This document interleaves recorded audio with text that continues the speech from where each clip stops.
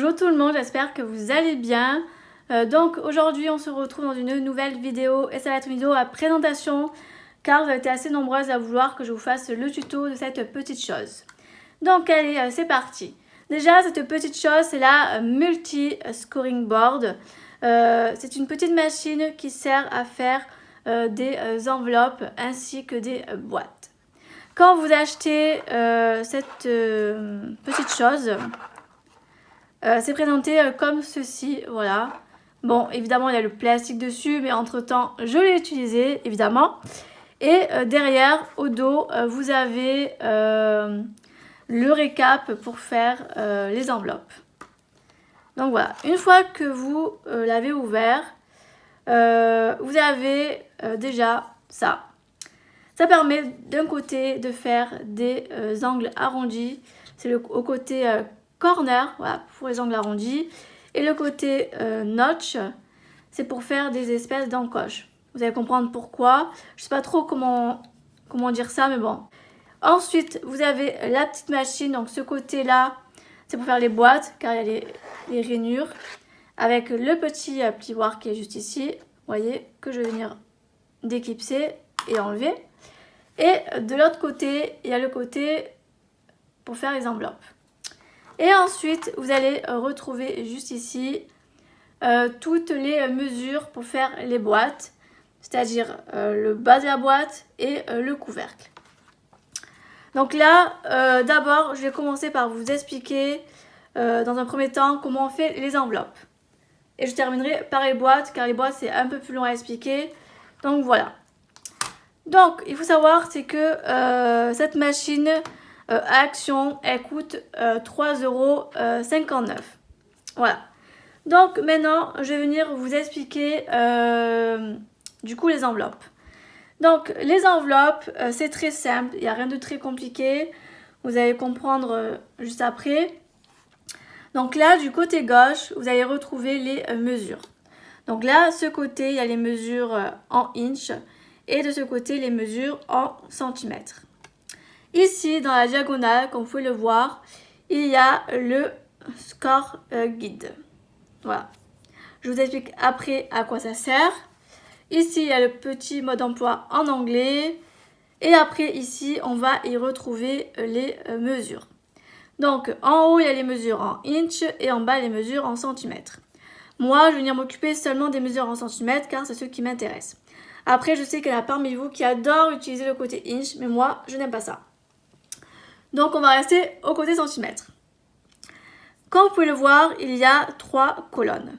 Vous voyez? Voilà, il y a 3 colonnes. Ici, la colonne card size, si je ne dis pas de bêtises, c'est la taille finale une fois que vous avez fait votre enveloppe, si je ne me trompe pas. Ensuite, là, vous avez les mesures de votre papier. Voilà. On a les mesures du papier qu'il faut prendre de base pour pouvoir faire l'enveloppe. Et ici, c'est le score mark, et qui correspond en fait au score guide. Vous voyez, voilà. Donc, cette colonne-là correspond à ça. Ça, c'est la taille finale, la taille de base du papier que vous allez prendre pour commencer pour faire votre enveloppe. Et ça, si je ne me trompe pas, dans mes souvenirs, c'est la taille finale de l'enveloppe. Après, je peux me tromper sur cette colonne, j'ai un petit doute. Mais bon, voilà. Moi, je sais que personnellement, voilà, je regarde à peu près, mais je ne crois pas que ça correspond parfaitement bien, j'ai un doute. Mais bon, voilà. Normalement, les 3 colonnes servent à ça, de base. Donc là, je vais venir faire... donc oui, je voulais dire aussi, j'ai oublié un petit détail, c'est que avec cette petite chose, on peut faire des enveloppes en rectangulaire et des enveloppes en carré. Vous allez me dire, ok Ivana, c'est très bien, mais comment je sais quelle mesure sert pour les enveloppes carrées et quelle mesure sert pour les enveloppes rectangulaires? Car moi, comme ça, je ne sais pas. Et je ne vais pas tous m'amuser à les tester. Donc là, je vais vous dire pourquoi et comment on reconnaît quoi et quoi. Ça va être très simple. Les lignes blanches vont servir à faire des enveloppes rectangulaires. Vous voyez, donc là j'en ai fait une. Donc c'est la première ligne qui est juste là. Vous voyez, tac. Voilà. Et la deuxième ligne, celle qu'on va faire ensemble, sert à faire des enveloppes carrées, c'est-à-dire la ligne noire. Donc, ligne blanche, enveloppe rectangulaire, ligne noire, enveloppe carrée. Donc nous, on va faire une enveloppe carrée, donc du 15-15. J'ai sélectionné un papier d'un bloc de chez Action, voilà, qui fait 15-15 tout pile. Et je vais venir faire mon enveloppe carrée. Donc, comme on peut le voir sur cette ligne, vous voyez, donc là mon papier fait 15-15, donc c'est bon. Et là, je vais regarder la mesure du scroll mark. Du coup, je vois que c'est marqué 7,6. Donc, je vais venir prendre mon papier et je vais venir positionner mon papier à 7,6. Donc voilà, donc là j'y suis. Il faut bien que votre papier soit collé à cette petite paroi qui est juste ici. Je ne sais pas si vous voyez, juste là. Et je vais venir tracer mon premier trait juste là. Vous voyez? Voilà. Ensuite, vous voyez, il y a mon pli juste ici. On insiste un peu car pour les plis, on n'hésite pas à refaire plusieurs passages. Voilà. Donc là, normalement, vous devrez bien voir mon pli. Ensuite, on tourne le papier comme ceci. Vous voyez, hop. Et mon trait qui est juste là, déjà mon pli, va venir se placer sur la ligne du score guide. Voilà. En fait, c'est juste la première étape qu'il faut être à la taille 7,6 et après, vous en occupez plus. Et après, les 3 autres fois, vous allez au niveau du score guide. Donc là, voilà, j'y suis bien. Je suis bien collée. J'ai bien ma ligne alignée au trait. Donc là, je peux refaire mon pli. Hop, vous voyez, tac. Ensuite, pareil, on retourne. Je remets mon pli au score guide, toujours bien appuyé contre la petite paroi. Et je viens remarquer mon pli. Enfin, je viens marquer mon pli. Hop. Donc, attendez. Alors, attendez, je suis perdue là d'un coup. Tac. Voilà, donc c'est bon. Non, c'est bon. Je ne me suis pas trompée. Et là, voilà. Et là, pareil, je viens du coup retracer mon trait. Voilà. Donc, vous avez ceci. Je vous montre de l'autre côté, ce sera beaucoup plus simple. Vous voyez, ça donne ça. Donc là, maintenant, je décale ma petite machine, mon petit papier, et je prends du coup celle-ci. Vous voyez? Donc là, je vais prendre le côté, celui-ci, le notch, et je vais venir, en fait, vous voyez, là, ça fait un trait là, ça fait un croisement, en fait, avec un petit triangle. En fait, cette machine sert à enlever ce petit triangle là, vous voyez.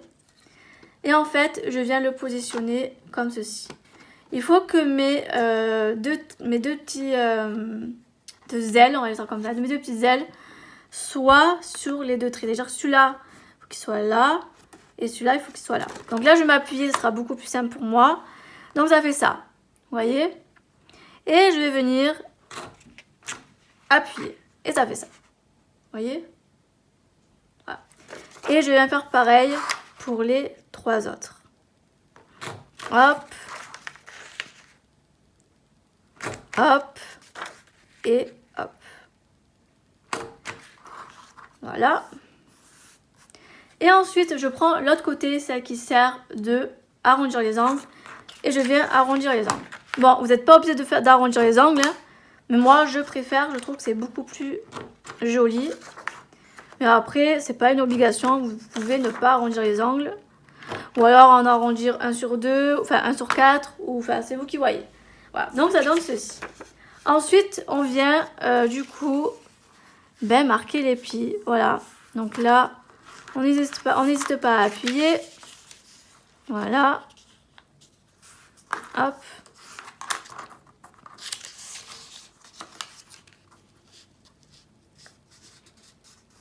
Vous voyez, je marque bien le pli. Et voilà. tac et tac. Donc voilà ma petite enveloppe carrée. Vous voyez? Franchement, c'est pas très compliqué. Donc voilà, vous avez du coup votre enveloppe. Vous voyez, j'ai bien plié au niveau des plis, pardon. Tac et tac. Voilà. Donc voilà pour le test de l'enveloppe. Vous voyez, c'est pas très compliqué. Comme je vous ai montré tout à l'heure, ici il y a la rectangulaire. Et la rectangulaire, après, ça reste le même principe. Vous voyez. Voilà, après, il faut juste pas se tromper au début quand vous faites, quand vous mettez votre skull mark. Parce que c'est comme ça que vous allez démarrer. Et après, voilà. Après c'est la même manip. Il n'y a rien de très compliqué. Donc maintenant, on va passer du coup aux boîtes. Voilà, je sais que beaucoup d'entre vous attendent cette partie-là. Du coup, c'est parti. Donc là, on est sur le côté boîte. Et là, c'est pareil. Donc là, vous avez du coup comment on fait.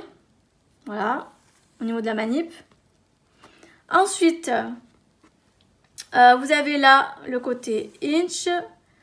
Bon là, je vous avoue, moi de base, j'aime pas trop le côté inch. Mais quand on prend des papiers genre 30-30 pour faire des grandes boîtes, des fois, ça m'arrive d'utiliser le côté inch.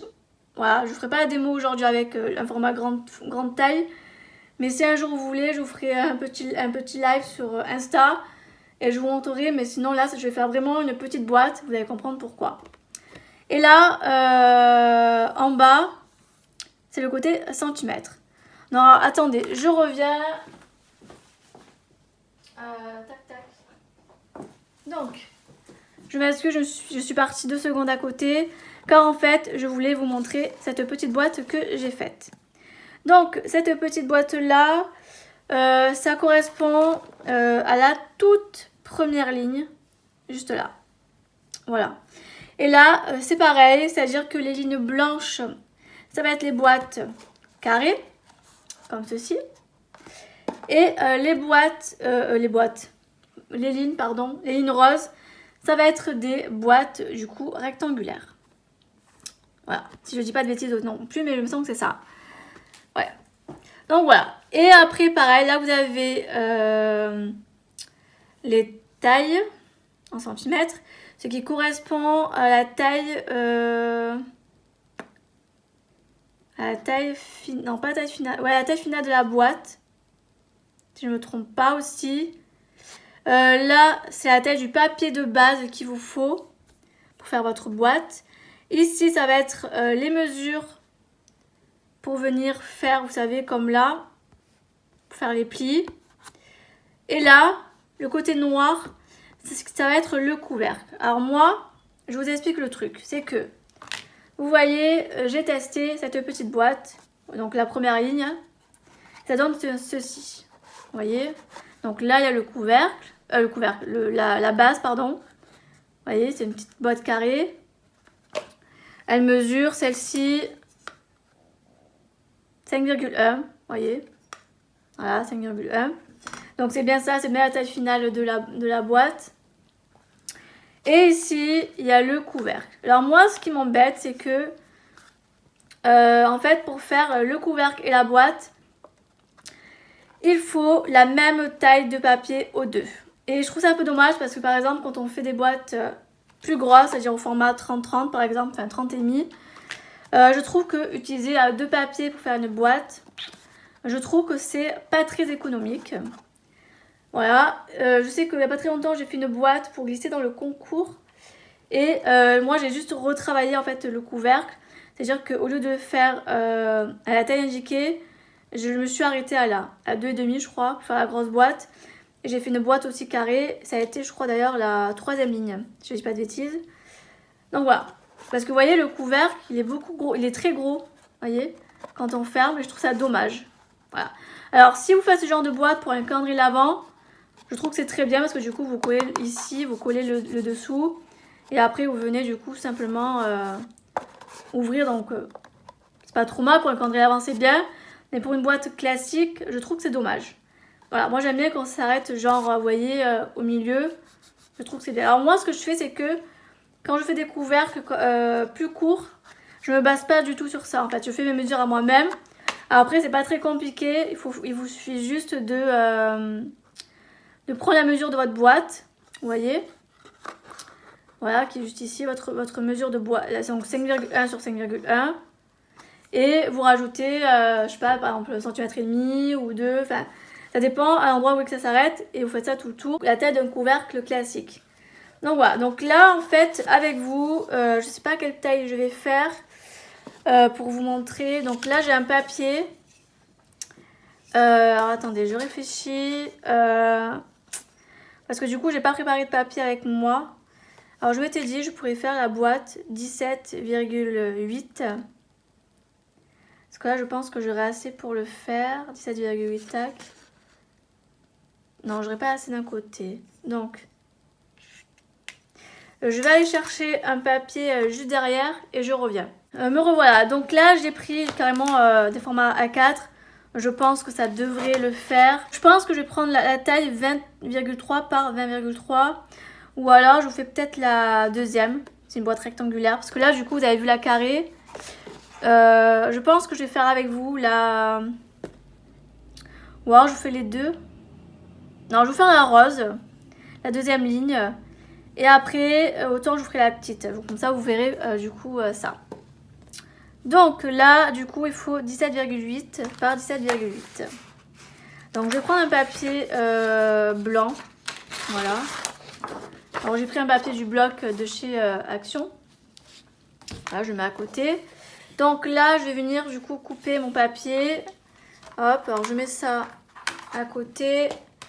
Ça, je le mets à côté parce que j'en ai plus besoin. Hop, je vous ai un petit peu bougé.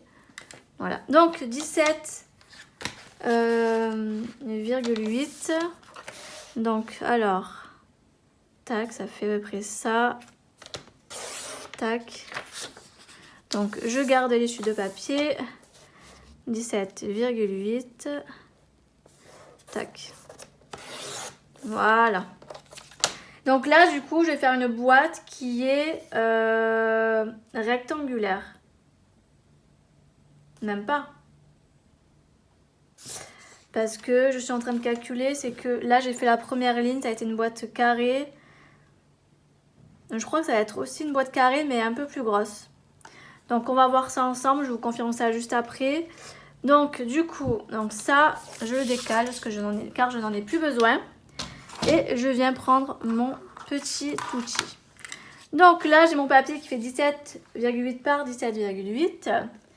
Et je vais venir justement là. Donc là, 5,1, ça représente à l'endroit où je vais marquer mon pli. Donc je crois que ça va être une boîte carrée aussi. Donc 5,1, donc là je mets bien collé, c'est là, juste ici. Hop, donc je trace. Ça correspond à 2 inches. C'est ça correspond à 2 inches. Hop, je le tourne et je fais pareil. Hop, tac, tac, je le retourne aussi. Alors je regarde si je suis bien dans le champ. Hop. Et du coup, il m'en reste un dernier. Voilà. Donc, tac. Donc là, vous voyez, vous avez ceci. Donc effectivement, ça va être une boîte carrée. Alors que normalement, je comprends pas, c'est censé faire rectangle et boîte carrée. Alors je m'excuse, je suis partie chercher mon ciseau. Donc là, comme vous pouvez le voir, là maintenant on va venir couper. Et là, il faut couper un pli sur 2. Voilà, un pli sur 2 on coupe. C'est-à-dire que là, je vais venir couper ici. Hop. Donc voilà. Hop. Alors. Je viens de voir qu'il y a des trucs sur mon petit ciseau que j'ai oublié d'enlever hier. Hop. Donc c'est bon. Donc là j'ai coupé, là je coupe pas, là je coupe. Donc en fait un pli sur 2. Hein. Vous coupez, donc tac. Je coupe pas, je coupe. Je coupe pas, je coupe. Donc ça fait ceci. Ah, il veut pas partir, hein, ce que j'ai sur les doigts là. Donc là, c'est bon. Donc là, je décale ça et je vais venir du coup marquer les plis. Donc on n'hésite pas à prendre le petit plioir. Voilà. Tac. Donc hop, je suis hors du champ. Je me remets bien. Comme ça, vous pouvez bien voir. Donc tac.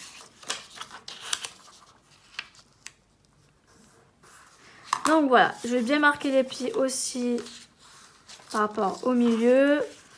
Hop. Hop. Hop. Et hop. Ouf, j'ai mal plié là. J'étais pas dans le truc. Là c'est bon. Hop.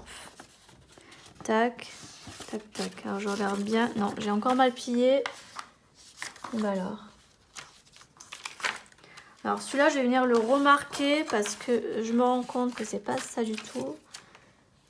Voilà. Hop.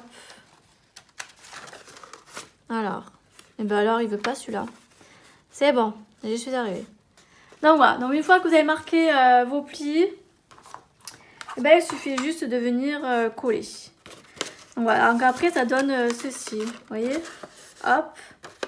Donc ça, c'est votre base. Voilà. Ça, c'est votre base pour faire votre boîte. Donc, voilà. Donc, ce que je vais faire, c'est que je vais venir la coller. Comme ça, au moins.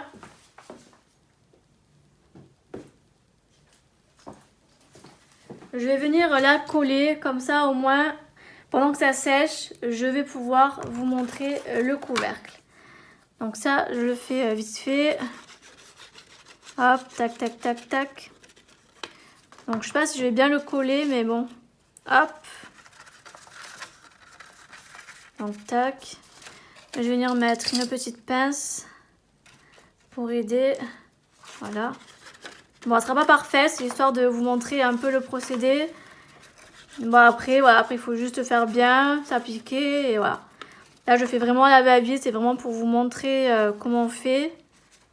Donc, voilà. Donc, pareil. Hop. Tac.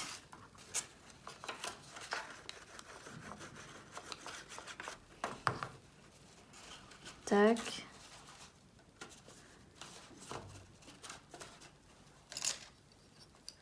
Hop.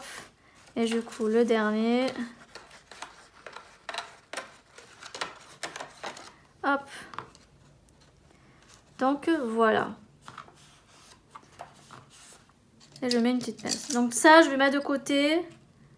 Et je vais laisser sécher le temps qu'on fasse le couvercle ensemble. Donc là, je vais du coup reprendre du coup la même taille de papier. Ouais, je reprends la même taille de papier pour faire du coup le couvercle.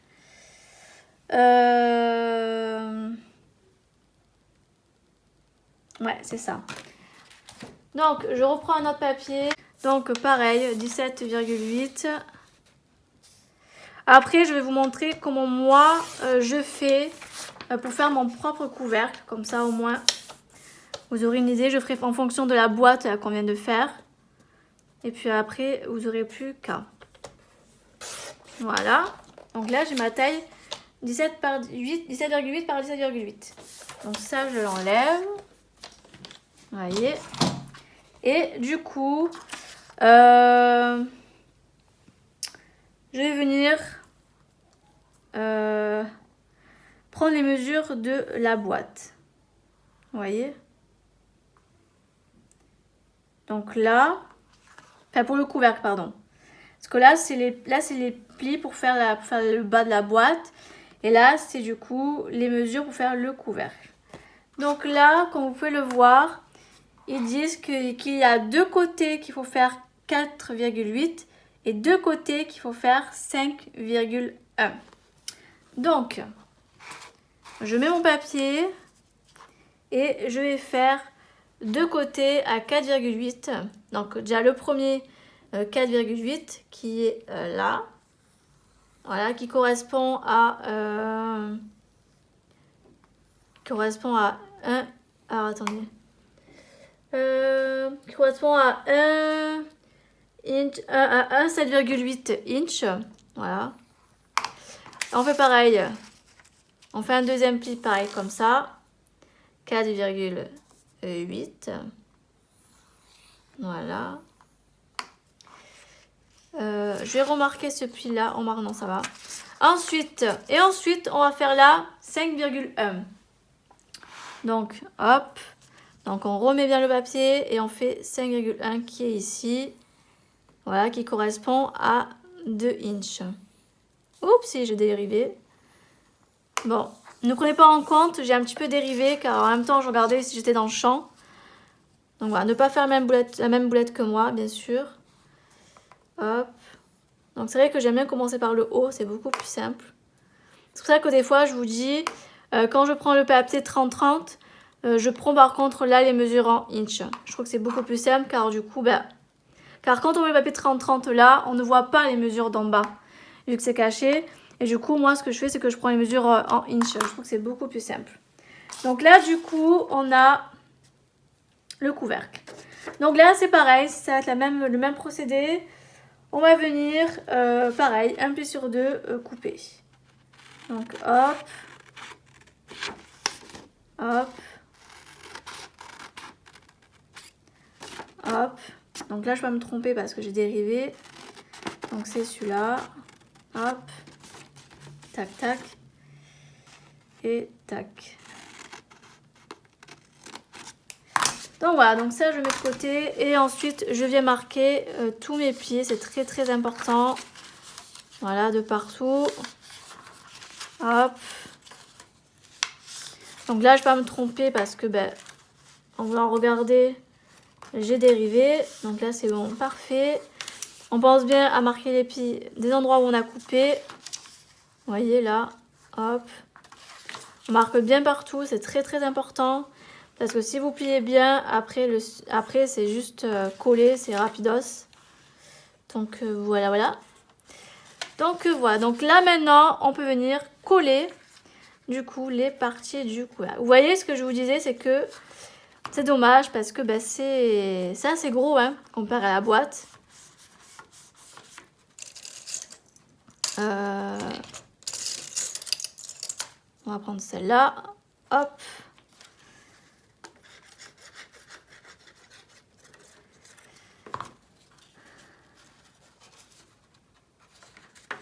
Donc après, ce que vous pouvez faire aussi, ce que j'ai pas fait bien sûr, c'est la petite boulette, c'est de venir couper là, vous savez, en biais ou en bas. Peut-être en bas, ce sera peut-être plus joli. Bon là, je l'ai pas fait, mais normalement, il faut le faire. Hein. Sinon, ça fait dégueulasse. Voilà, là, je le fais vraiment à la va-vite. Mais normalement, il faut venir couper bien en biais. Surtout sur les côtés plus longs. Parce que là, je crois que ça correspond au 5,1. Donc, venir bien... J'ai mal collé celui-là. Hop, c'est bon. Hop. On va penser à bien couper quand on fait les boîtes. Voilà. Donc, après, je vous montre comment on fait. Pour ceux qui ne savent pas, on vient couper comme ça. Hein, en biais, un petit peu. Vous voyez. Hop. Voilà. Et comme ça, quand vous venez coller, du coup, ça fait plus propre. Vous voyez? Voilà. Tac. Bon, là, je ne l'ai pas fait parce que bon, j'ai fait vraiment pour vous montrer le procédé. Après, en général, je le fais dans mes boîtes, mais là, je l'ai pas fait. Voilà. Donc là, je le mets bien. Tuc. Voilà. Et là, je mets une petite pince. Donc là, je vais laisser sécher et je reviens dans 2 petites minutes, le temps que ça sèche. Donc là, je reprends un autre papier pour pouvoir faire le couvercle, mais du coup à ma manière, comme moi j'aime que ça soit. Donc là, je vais découper mon papier comme ma base de boîte. c'est-à-dire à 17,8. Voilà, tac.